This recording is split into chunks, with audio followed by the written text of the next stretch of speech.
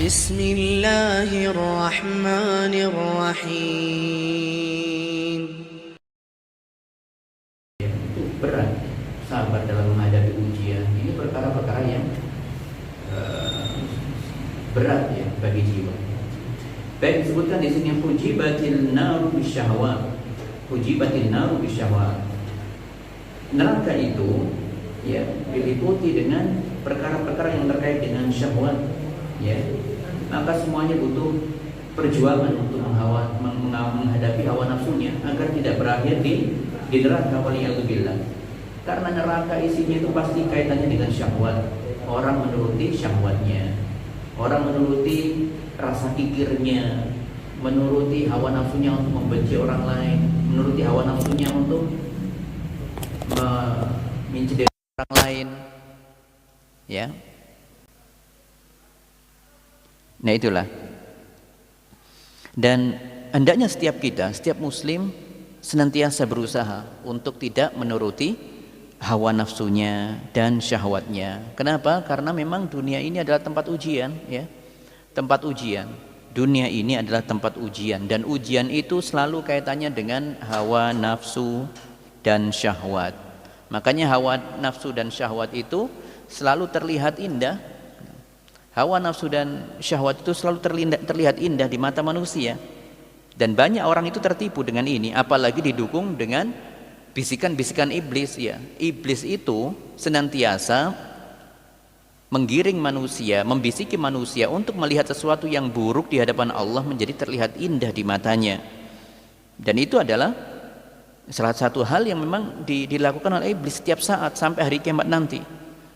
Ikrarnya iblis itu mengatakan la uzayyinanna lahum fil ardi wa la ughwiyannahum ajma'in. Saya akan menjadikan semua hal-hal yang buruk itu terlihat indah semuanya di mata manusia. Saya akan menjadikan setiap keharaman, setiap hal-hal yang diharamkan oleh Allah terlihat indah di mata manusia, sehingga mereka nanti akan terjerumus ke dalamnya. Wala ughwiyannahum ajma'in, dan aku pasti ya akan sesatkan mereka. Optimis sekali iblis untuk menyesatkan manusia. Jadi inilah kaum muslimin rahimakumullah. Manusia memiliki syahwat, memiliki hawa nafsu, didukung lagi dengan bisikan iblis, ketemu ya. Makanya banyak orang itu mudah terjerumus kepada hawa nafsunya. Dan Allah memang menjadikan ini ya, menjadikan ujian itu ya dengan sesuatu yang terlihat indah ya, dengan sesuatu yang terlihat indah. Hawa nafsu itu terlihat seperti perhiasan bagi sebagian manusia yang harus dituruti, yang isinya penuh dengan kenikmatan. Makanya Allah berfirman, inna ja'alna ma'alal ardi zinatan laha linabluwahum ayyuhum ahsanu amala. Sungguh kami menjadikan apa yang di bumi ini sebagai perhiasan baginya. Hawa nafsu, syahwat itu termasuk dijadikan sebagai hal yang indah terlihatnya ya, terlihat indah bagi manusia. Dan itu ujian, linabluwahum, agar kami menguji mereka, ayyuhum ahsanu amala, untuk mengetahui ya siapa di antara mereka yang lulus, siapa yang bisa mengendalikan hawa nafsunya, siapa yang bisa mengontrol hawa nafsunya. Ya, kemudian Allah menegaskan wa inna laja'iluna ma 'alaiha sa'idan juruza, dan sungguh kami benar-benar akan menjadikan apa yang di atasnya menjadi tanah rata lagi tandus. Ingat, semua yang ada kaitannya dengan hawa nafsu di dunia pasti akan sirna kok itu. Kenikmatan-kenikmatan di dunia pasti akan sirna, tidak akan abadi. Ya, kenikmatan sesaat saja, hanya sebatas hidup dia di dunia, bahkan tidak sampai seumur hidup terkadang kenikmatan itu. Dan semuanya akan binasa. Kenikmatan-kenikmatan kaitannya dengan hawa nafsu yang diperturutkan itu akan hilang pada waktunya ya. Dan kita harus selalu mengingat bahwa apa yang ada di atas tanah pasti akan menjadi tanah. Apa yang ada di atas tanah akan menjadi debu, akan hancur, akan binasa. Bangunan, tanah, manusia, binatang mati jadi tanah ya. Pohon ketika mati juga jadi tanah ketika sudah tidak bisa bertumbuh lagi, tidak produktif lagi. Itulah kaum muslimin rahimakumullah. Dan Allah menegaskan memang syahwat itu dijadikan hal yang indah di mata manusia. Zuyyina lin-nasi hubbus syahwat, dan sikap mencintai syahwat itu ya, menuruti hawa nafsu dan syahwat itu ya, itu dijadikan indah di mata manusia, ya. Jadi manusia itu senang dengan urusan dengan syahwat. Syahwat terlihat indah, begitu ya. Inilah kaum muslimin rahimakumullah.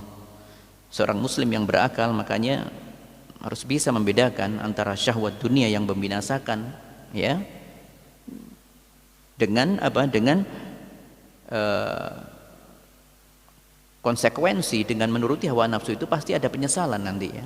Orang muslim yang berakal pasti tahu menuruti hawa nafsu itu pasti akan berakhir pada penyesalan, penderitaan, bisa di dunia dan di akhirat, ya, kecuali sampai ia bertobat dan diterima tobatnya oleh Allah Subhanahu wa taala. Orang mukmin tahu itu, dan orang mukmin memandang kenikmatan yang sebenarnya, kenikmatan yang hakiki itu adalah bukan dengan menuruti hawa nafsunya di dunia, tetapi justru dengan mengendalikan hawa nafsu itu supaya tunduk padanya, supaya ia tetap berjalan di atas jalan yang dikehendaki oleh Allah, di atas kebenaran, maka ia akan mendapatkan kenikmatan akhirat yang abadi. Itulah kenikmatan yang hakiki. Orang muslim tidak bisa membedakan. Kalau hanya sebatas menuruti hawa nafsu yang nikmatnya sesaat dan berkonsekuensi buruk di belakangnya, berkonsekuensi penyesalan dan penderitaan di hari kiamat, ya, dengan satunya adalah bersusah-susah untuk mendapatkan kenikmatan yang abadi di akhirat, maka orang berakal pasti akan memilih yang kedua, ya, pasti akan memilih yang kedua. Apa yang ada di dunia tadi kita sebutkan, yang di dunia pasti akan binasa. Mau beli apa, kenikmatan apa sih, ya, mau ikut senang-senang di dunia, senang-senang pasti hanya sebentar, ya. Senang-senang hanya sebentar saja. Semua intinya pasti akan binasa. Apa kenikmatan puncak di dunia? Pasti akan berujung kepada apa? Tidak pernah ada orang yang bisa menikmati kenikmatan dunia itu kemudian isinya nikmat terus hidupnya. Enggak. Orang merasakan nikmatnya makanan terenak misalnya di dunia. Pada saatnya dia nanti akan bisa sakit dengan itu. Makanan yang manis jadi gula darah naik, ya, gula apa namanya? Darah gulanya naik, ya. Banyakan ini dan itu bisa kolesterol naik. Tapi itulah kenikmatan dunia, ada imbasnya. Ada imbasnya. Kalau ndak senikmat-nikmat apapun kehidupan manusia di dunia, ya, seenak apapun kehidupan di dunia, dia ndak akan lepas dari rasa sakit, kemudian dapat ujian, rasa gundah, sedih, ya. Karena memang kehidupan itu, ya, berbolak-balik. Kadang merasa senang, kadang bahagia, kadang tidak, ya, kadang sehat, kadang sakit, dan itu terus menerus ketika di dunia. Beda ketika di surga. Orang mukmin tahu ini. Kenikmatan sebenarnya itu bukan kenikmatan di dunia, apalagi urusannya dengan menuruti hawa nafsu. Kalau di surga berbeda. Nabi sallallahu alaihi wasallam menyebutkan bahwa ketika penghuni surga itu masuk ke surga, ya, nanti ada yang menyeru di situ, ya, yunadi munadin, inna lakum antasihhu falatasqamu abadan, ya, kalian sekarang diberikan kesehatan, tidak akan pernah sakit. Ada yang mengatakan itu. Kemudian wa inna lakum antahyau falatamutu abadan, kalian di sini akan diberikan kehidupan dan tidak akan pernah mati.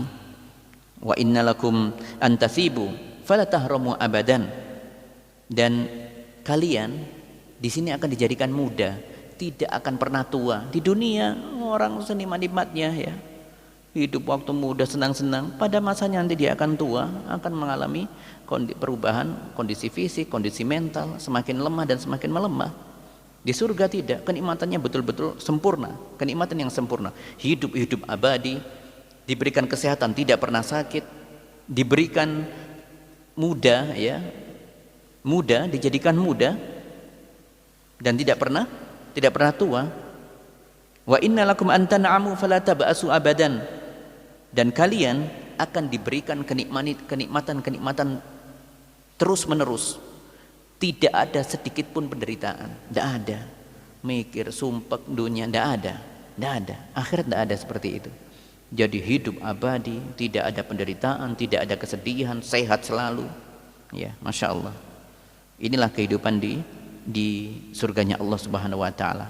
Kenikmatan yang betul-betul sempurna, Kalau di dunia yaitu tadi kenikmatan hidup ya, senikmat-nikmatnya hidup, mau seenak-enaknya raja termulia misalnya di dunia ini ya, raja terkaya, termulia, terenak hidupnya, dadanya pasti pernah merasa sempit ya, merasakan suntuk, pusing ya, ada ujian sana sini, sedih ya, sakit ya. Kemudian yang pasti jelas-jelas dirasakan adalah mengalami masa tua ya, ada perubahan ya. Itulah. Adapun di surga tidak ada sedikit pun hal-hal ini, tidak ada ya. Sempurna kenikmatan di dunia, di surga itu betul-betul sempurna ya. Apalagi kalau kita bicara tentang makanan yang dimakan tadi itu, iya, ujung-ujungnya apa? Orang makan enak, ya akan merasakan ada dampaknya pasti ya. Meskipun tidak dampak secara langsung, tapi dia merasakan sakit kok ya. Misalnya orang sehigienis apapun orang hidup di dunia, menjaga makanannya dengan makanan-makanan yang berkualitas, ya, standar internasional misalnya, pasti dia akan merasakan sakit, pasti, ya. Dan juga yang tidak bisa dipungkiri, semakin bertambah usia dia akan semakin tua, semakin keriput dan yang lainnya. Maka sekali lagi orang berakal tidak akan tertipu dengan syahwat dan perhiasan dunia ini. Tidak akan ia bersusah-susah untuk menikmatinya ya, untuk mendapatkannya. Karena pada akhirnya semuanya nanti akan binasa. Tadi kata kuncinya yang indah ya. Apa yang ada di atas tanah pasti akan kembali ke tanah. Makanya seorang mukmin senantiasa mengingat ini ya, bahwasanya nikmat itu pasti akan putus. Dan Nabi sallallahu alaihi wasallam sering mengingatkan hal ini. Aksiru dzikra hadimil ladzat.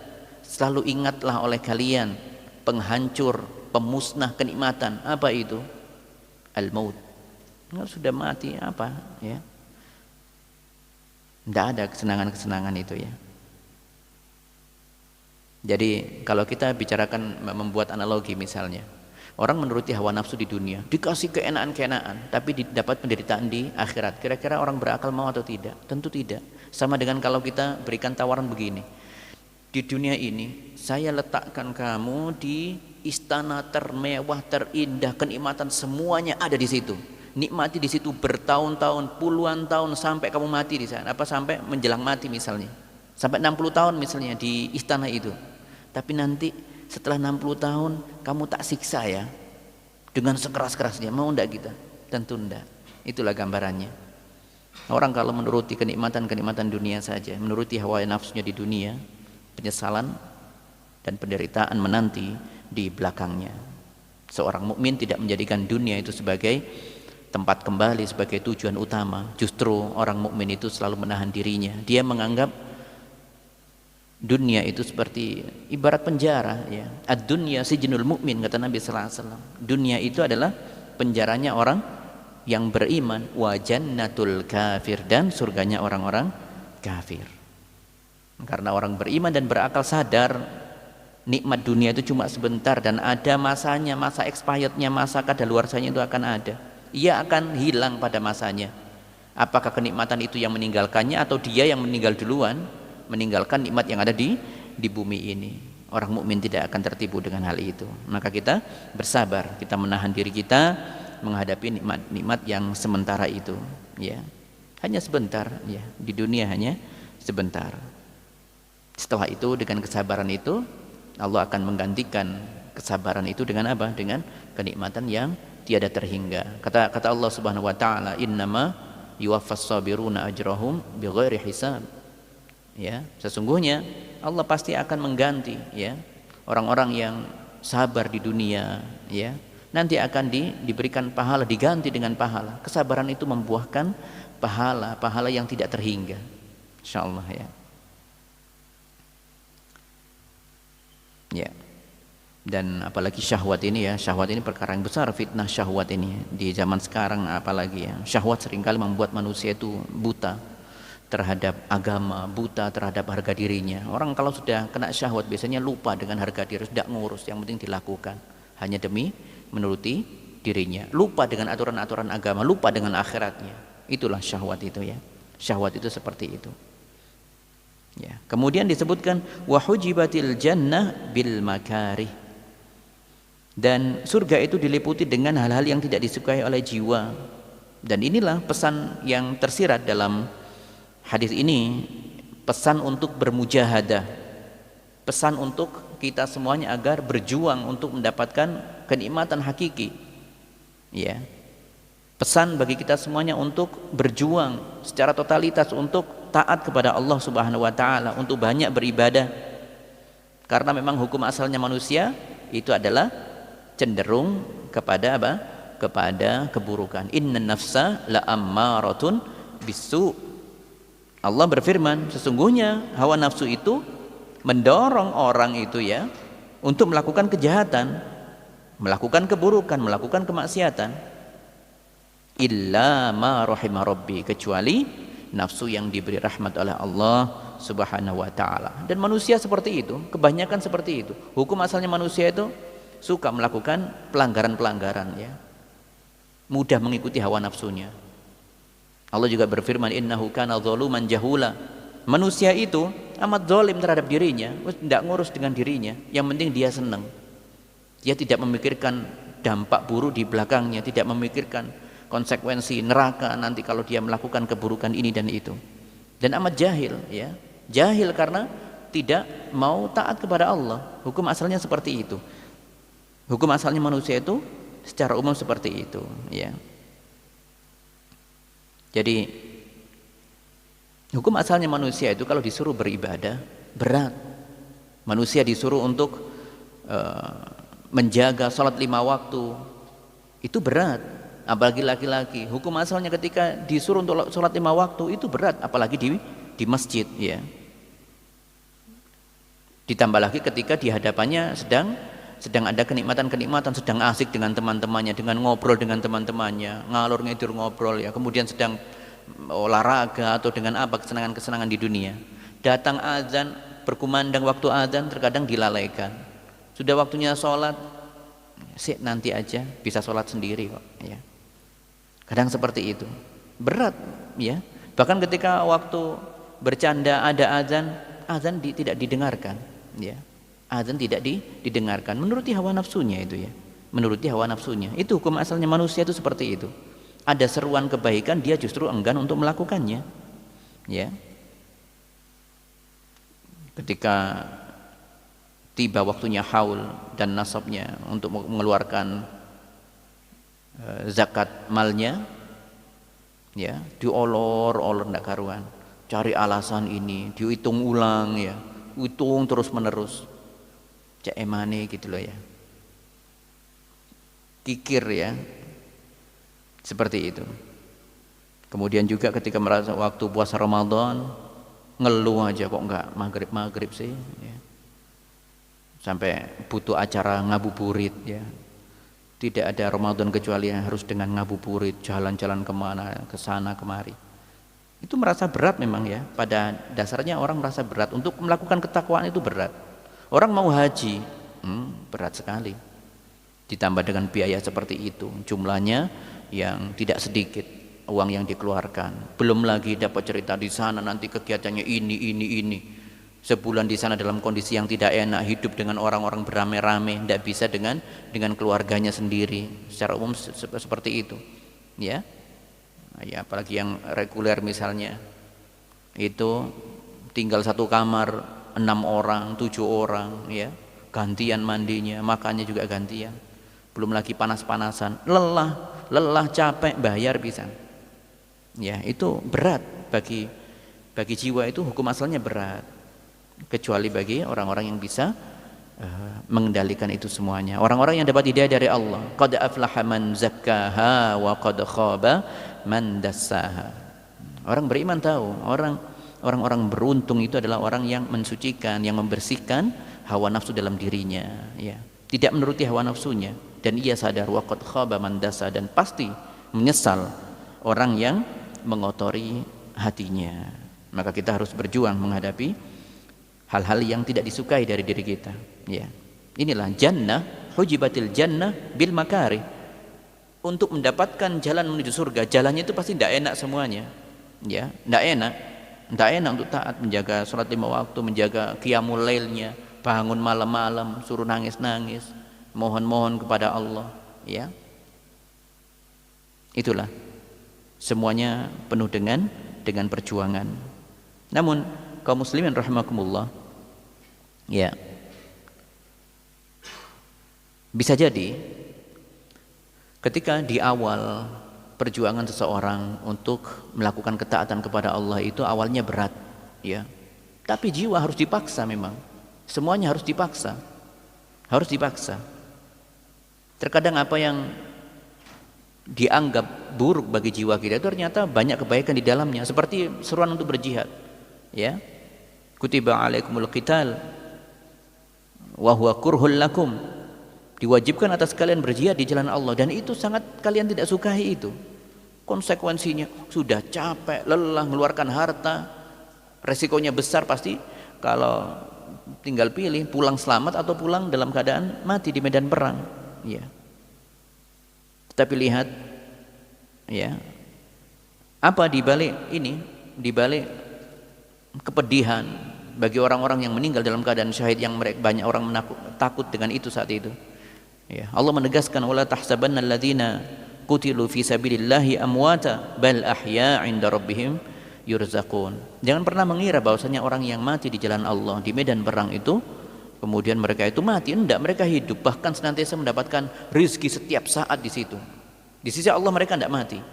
Iya, kita hukumi di dunia seperti mati, tapi di alam akhirat mereka enggak mati, tetap hidup, tetap hidup. Bal ahya, dan 'inda rabbihim yurzaqun, senantiasa diberikan terus rezekinya setiap hari, setiap saat. Farihina bima atahumullah min fadlih, mereka sangat bahagia sekali, sangat senang dengan kematian itu, ya. Karena apa? Syahadah, kematian syahid yang ia miliki, ternyata perjuangan yang ia lakukan di dunia sampai mati syahid itu ternyata membuahkan hasil yang tiada bisa disebutkan dengan kata-kata kenikmatannya, nikmat yang luar biasa, ya. Tapi inilah kaum muslimin rahimakumullah, ya. Sekali lagi, bisa jadi awal orang melakukan perjuangan, ya, berjuang untuk taat kepada Allah itu berat, tetapi bisa jadi setelah ia membiasakan itu terus menerus, dia tempa terus menerus, dia paksa dirinya untuk bangun malam, untuk sholat, untuk qiyamul lail, untuk berzikir, ya, untuk menjaga sholat 5 waktu, untuk berbakti kepada orang tua, ya, untuk sabar dengan anak istrinya, ya, istri sabar dengan suaminya, ya. Maka ini nanti akan menjadi apa? Bisa menjadi apa? Melekat pada dirinya. Apa yang sudah dibiasakan menjadi hal yang melekat pada dirinya. Ada perubahan yang melekat terus menerus pada dirinya. Awalnya tidak suka sholat jamaah menjadi cinta, ya, dengan sholat jamaah, senang. Justru kalau meninggalkan sholat jamaah, rasa dalam hatinya itu merasa tidak nyaman, ya. Bisa jadi seperti itu, ya. Bisa jadi seperti itu. Asalnya yang sholatnya tidak khusyuk, kemudian dia paksakan dirinya untuk pelan-pelan dalam membacanya, ya, berusaha untuk menghayati yang dibacanya. Lama-kelamaan ia terbiasa dengan itu, justru ia akan benci dengan sholat, dengan cepat-cepat itu benci.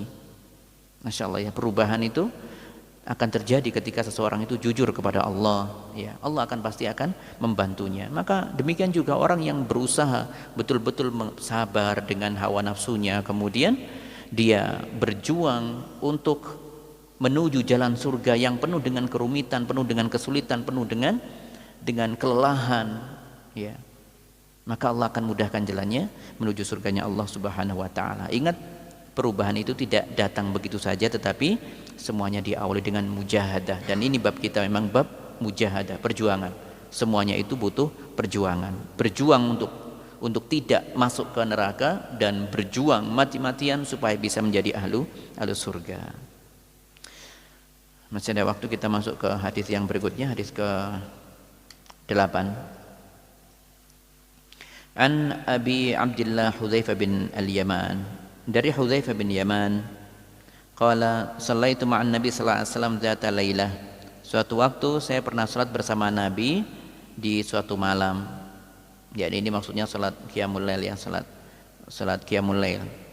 Faftatahal Baqarah, kemudian beliau mengawali suratnya di rakaat pertama itu dengan Al-Baqarah. Fakultu, kemudian saya batin dalam hati saya, yarka'u indal mi'ah, paling beliau nanti akan berhenti di ayat yang ke-100. Summa madha, ternyata tidak, beliau ternyata melanjutkan surat Al-Baqarah, ayat 100 dilewati terus, ya, membaca lanjut. Fakultu yusolli biha fi rak'ah. Menurut saya, kata Hudzaifah, paling Nabi nanti akan menyelesaikan satu rakaat ini dengan surat Al-Baqarah. Selesai surat Al-Baqarah nanti akan ruku. Famadho, ternyata tidak, beliau melanjutkan dengan surat yang lainnya, ya, yakni summa iftatahan nisa. Kemudian Nabi sallallahu alaihi wasallam setelah selesai Al-Baqarah, beliau justru membaca surat An-Nisa. Faqara'aha, ia membacanya sampai selesai. Summa iftataha Al-Imran faqara'aha. Kemudian setelah itu lanjut lagi dengan membaca surat Al-Imran. Berarti 3 surat panjang dibaca. Yaqra'uha mutarassilan. Nabi sallallahu alaihi wasallam membacanya dengan mutarassil, dengan tartil. Idza marra bi ayah fiha tasbih sabbah. Jika beliau melewati surat yang atau ayat yang berisi tentang pujian kepada Allah, maka dia segera bertasbih. Wa idza marra bi su'alin sa'ala, jika beliau melewati ayat yang berisi doa, maka beliau langsung berdoa saat itu juga.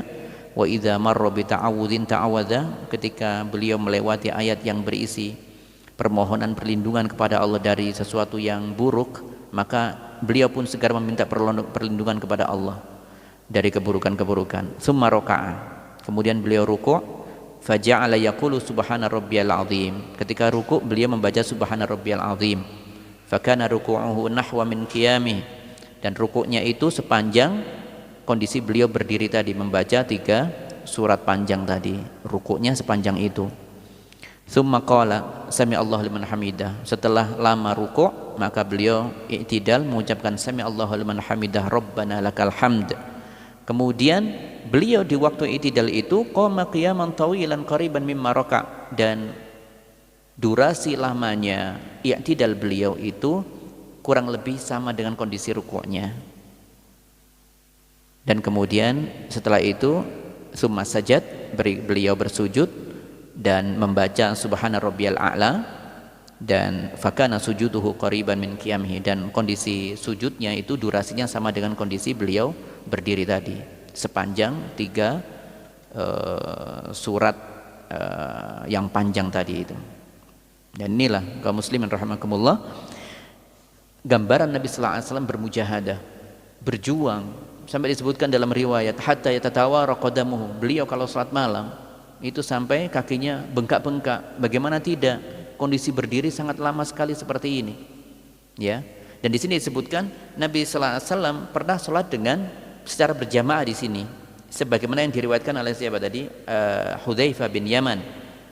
Jadi memang dibolehkan sholat qiyamul lail itu dengan berjamaah. Terkadang beliau juga sholat dengan Ibnu Mas'ud. Bahkan Ibnu Mas'ud pernah ketika sholat bersama Nabi qiyamul lail itu sampai beliau waktu melaporkan itu, ya, meriwayatkan, kuntu usalli ma'an Nabi sallallahu alaihi wasallam, saya pernah salat dengan Nabi sallallahu alaihi wasallam, wa atala salatahu, dan beliau memperpanjang salatnya, atala qiyamahu, berdirinya lama sekali, hatta, ya, sampai di dalam diriku ini, ya, ada keinginan bi amrin su, untuk melakukan keburukan, ya, hatta hamamtu bi amrin su, sampai terdetik dalam hati saya untuk melakukan keburukan. Apa itu, kata orang yang mendengar ucapan Ibnu Mas'ud, waktu itu sampai saya ingin motong dari sholat bersama Nabi, saya mau pisah, ya, keluar dari sholat jamaah itu dan pengen duduk melihat Nabi aja, capek saya waktu itu.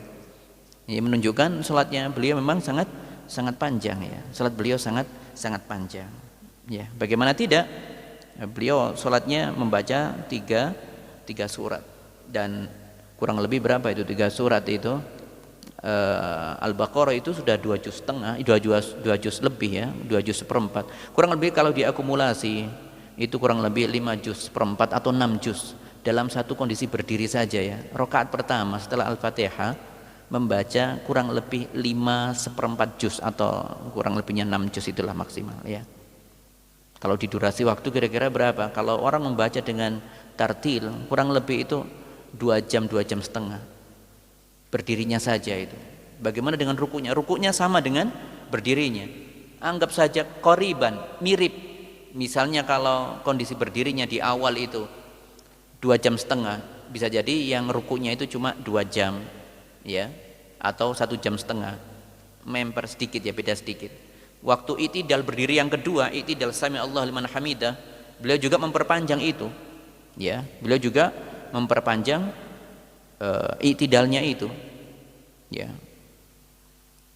Baik, di sini disebutkan kondisi semua rukun-rukunnya, ya, yang beliau lakukan itu semuanya dalam keadaan yang berimbang.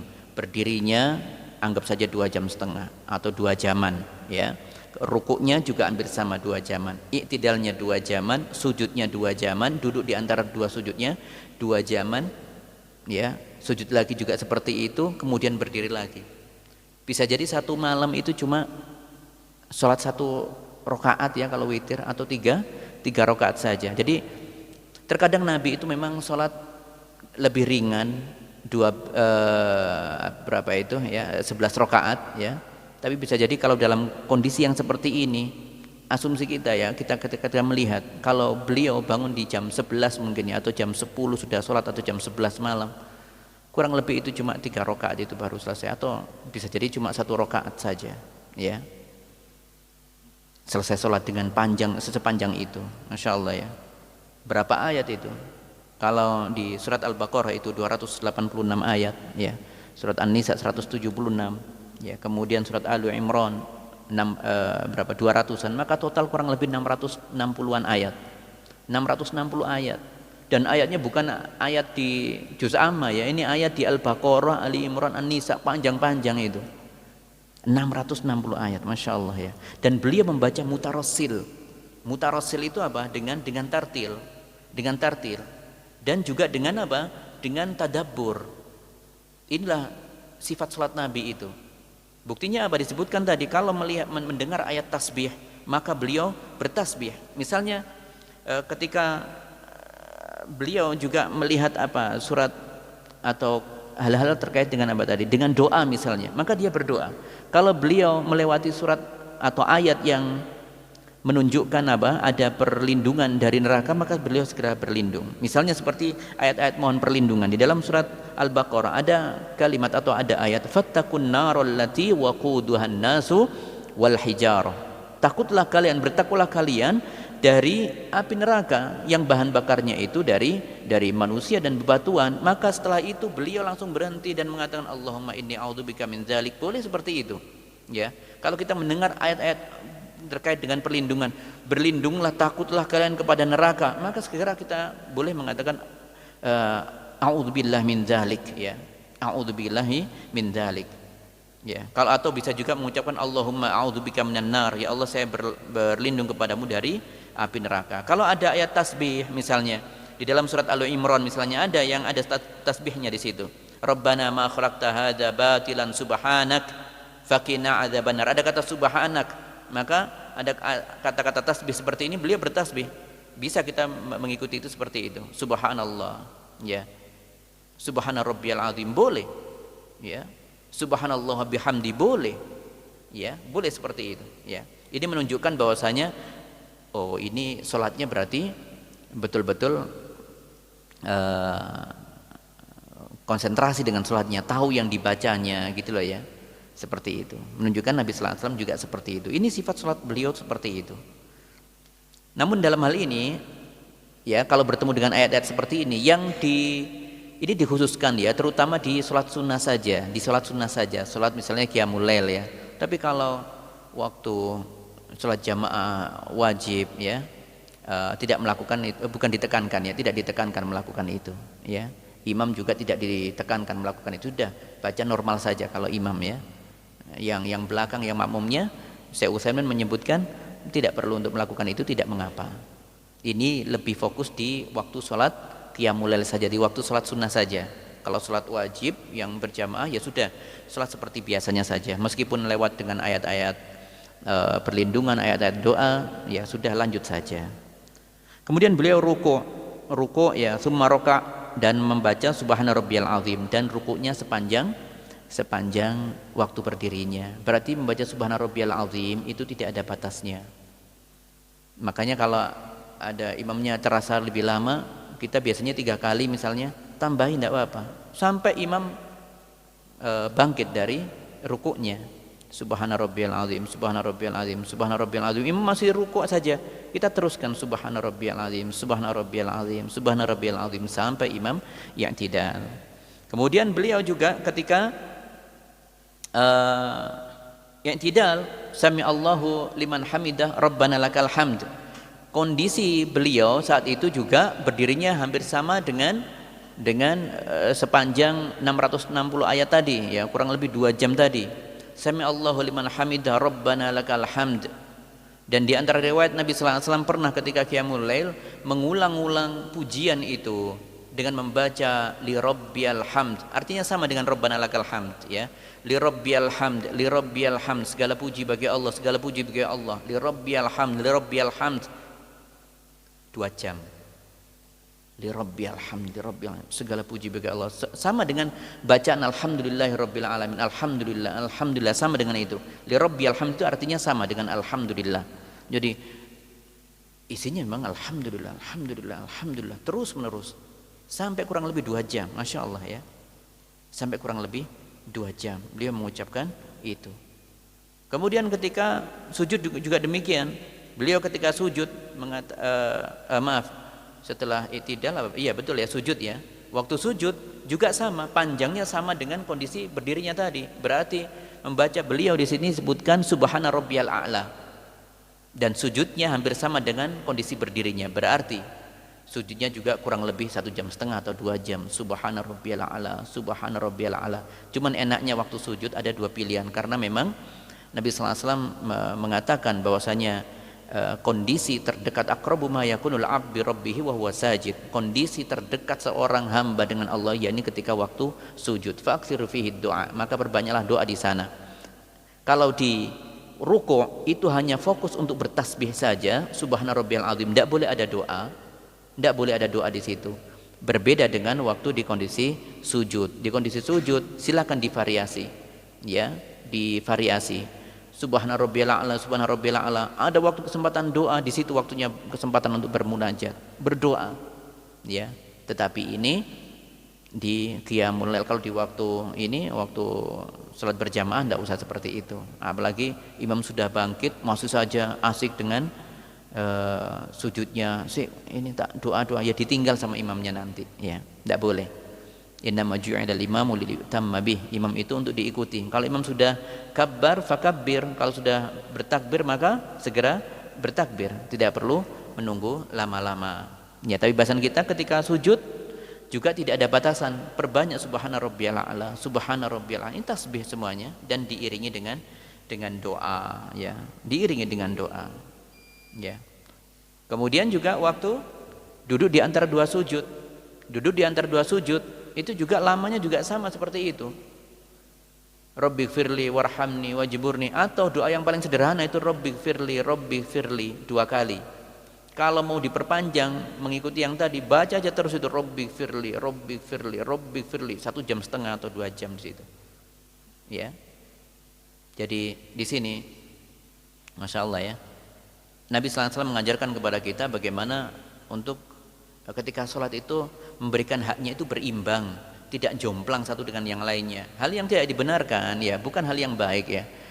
Ya, kalau orang menyengaja itu sujud diperlama hanya di sujud akhir saja, karena ada dianggap, tidak tahu itu ada mitos dari mana, sujud terakhir itu sujud yang terbaik. Itu kan tidak tahu sumbernya dari mana. Kalau mau memang mengikuti Nabi sallallahu alaihi wasallam, beliau menyeimbangkan semuanya. Berarti kalau mau sujud akhir panjang, sujud yang pertama dipanjangkan juga, dibuat berimbang, begitulah, ya, dibuat berimbang. Dan ini hal yang bagus untuk kita terapkan, ya, ketika salat qiyamul lail, ya. Nabi sallallahu alaihi wasallam membaca dengan surat yang panjang. Kalau kita tidak hafal surat yang panjang, boleh untuk qiyamul lail surat sunnah itu membaca dengan mushaf. Allahu Akbar Al-Fatihah, kemudian baca Quran, ya, baca surat sepanjang yang dibalik, tidak apa-apa, bergerak seperti ini tidak apa-apa, dibalik. Kalau kesel duduk kemudian bangkit lagi, tidak apa-apa. Itu aja sudah nggak karu-karuan itu, ya, mata kemudian hati sudah sudah bisa dibayangkan, ya. Membaca 1 jam itu loh rasanya wis carut marut di ini ya. Apalagi kalau 2 jam ya. Ya ini nih makanya dibolehkan ya, kita kalau mau melatih diri kita silakan ya.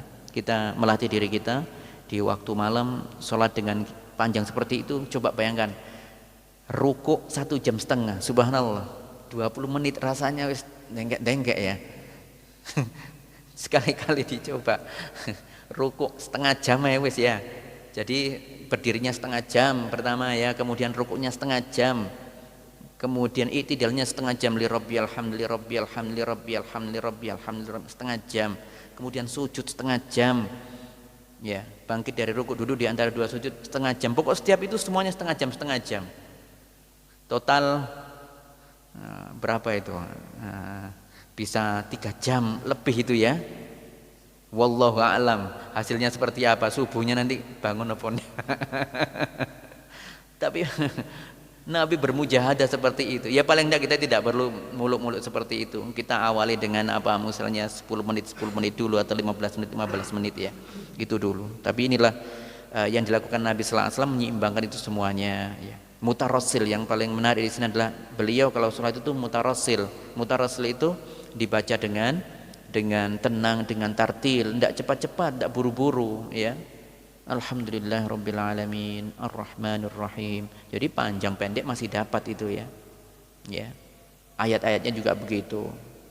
Dibaca dengan menunaikan hak bacaannya. Qul huwallahu ahad, Allahus samad. Enggak, qul huwallahu dolin amin, keliru masih qul huwallahu ahad sampai walad dolin yang Al-Fatihah. Ya, saking cepatnya. Baca qul huwallahu ahad larinya ke walad dolin amin. Keliru kabeh akhirnya kalau orang baca cepat ya. Seperti itu. Maka semuanya pelan-pelan ya. Tapi ini hal yang menarik bagi kita ya, bahwasanya tidak ada batasan untuk membaca zikir-zikir di waktu salat ya. Termasuk li rabbiyal hamd tadi itu. Isinya pujian-pujian semuanya itu, li rabbiyal hamd, li rabbiyal hamd. Memuji Allah. Tidak ada batasan di situ ya. Tidak ada batasan. Makanya di antara hal yang biasanya dilakukan, ada di antara orang ketika tidak mau kunut ya, tidak mau mengikuti kunut, biasanya memperpanjang ini ya. Ada yang mengikuti pendapat ya sudah, kalau imamnya kunut bukan hal yang bukan hal yang disunahkan, dia menganggap itu bukan sunnah, maka di antaranya mereka tidak mau mengikuti amin untuk kunut subuh ya. Kita bicara kunut subuh, kemudian akhirnya mengambil langkah membaca dengan li rabbiyal hamd, itu diperpanjang li rabbiyal hamd. Setelah sami Allahu liman hamidah rabbana lakal hamd, ketika imam mengatakan doa-doa kunut ya, kemudian orang ini, imam ini makmumnya itu tidak mengucapkan amin, tetapi memperbanyak li rabbiyal hamd ya. Tapi di antara ulama juga membolehkan ya, kalau memang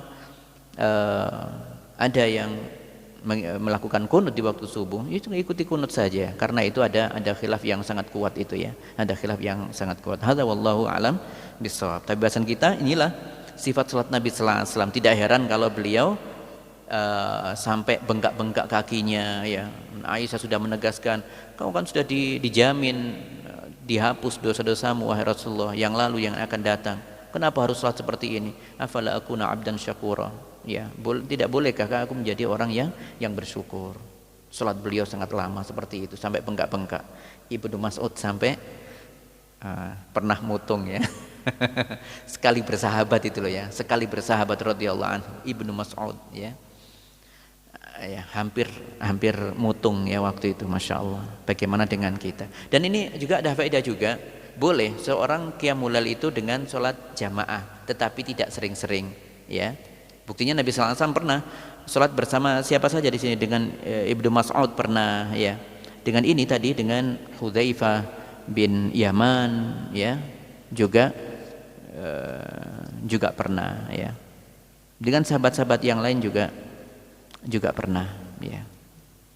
Inilah beliau ya. Jadi boleh sekali-kali misalnya dengan istri, dengan anak-anak, itu juga diperbolehkan, tetapi tidak diajakkan ya. Tidak diajakkan ya, sesekali saja ya, sesekali saja. Kemudian juga ada faedah juga, boleh membaca surat itu tidak berurutan. Syekh Utsaimin menjelaskan di sini, Ini adalah dalil yang sangat kuat bahwasanya Nabi sallallahu alaihi wasallam pernah membaca surat itu tidak berurutan. Setelah Al-Baqarah, An-Nisa, baru Ali Imran. Harusnya Al-Baqarah, Ali Imran dan An-Nisa. Tetapi ini kata Syekh Utsaimin, ini adalah sunnah Nabi yang dulu awalnya seperti itu. Tapi kemudian hal yang lebih baik di sunnah yang datang berikutnya adalah membaca itu dengan berurutan. Kalau Al-Baqarah selesai baru ke Alu Imran. Sama ketika membaca juz amma misalnya. Setelah membaca Ad-Duha, bacalah Al-Insyirah karena datang setelah Ad-Duha itu Al-Insyirah, Alam Nashrah. Kalau setelah Al-Insyirah berarti baca At-Tin.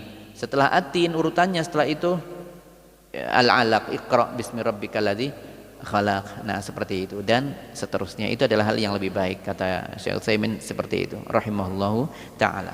Maka semoga Allah berikan kemudahan untuk kita semuanya untuk bermujahadah ya, berjuang untuk menempuh jalan yang bisa mengantarkan kita ke surganya Allah Subhanahu wa taala. Ya. Semoga Allah mudahkan kita semuanya, semoga Allah berikan taufik untuk kita semuanya. Amin ya rabbal alamin. Kita cukupkan materi ini ya, kita cukupkan dengan kafaratul majlis. Subhanakallahumma hamdika asyhadu an la ilaha illa anta astaghfiruka wa atubu ilaik. Assalamualaikum warahmatullahi wabarakatuh.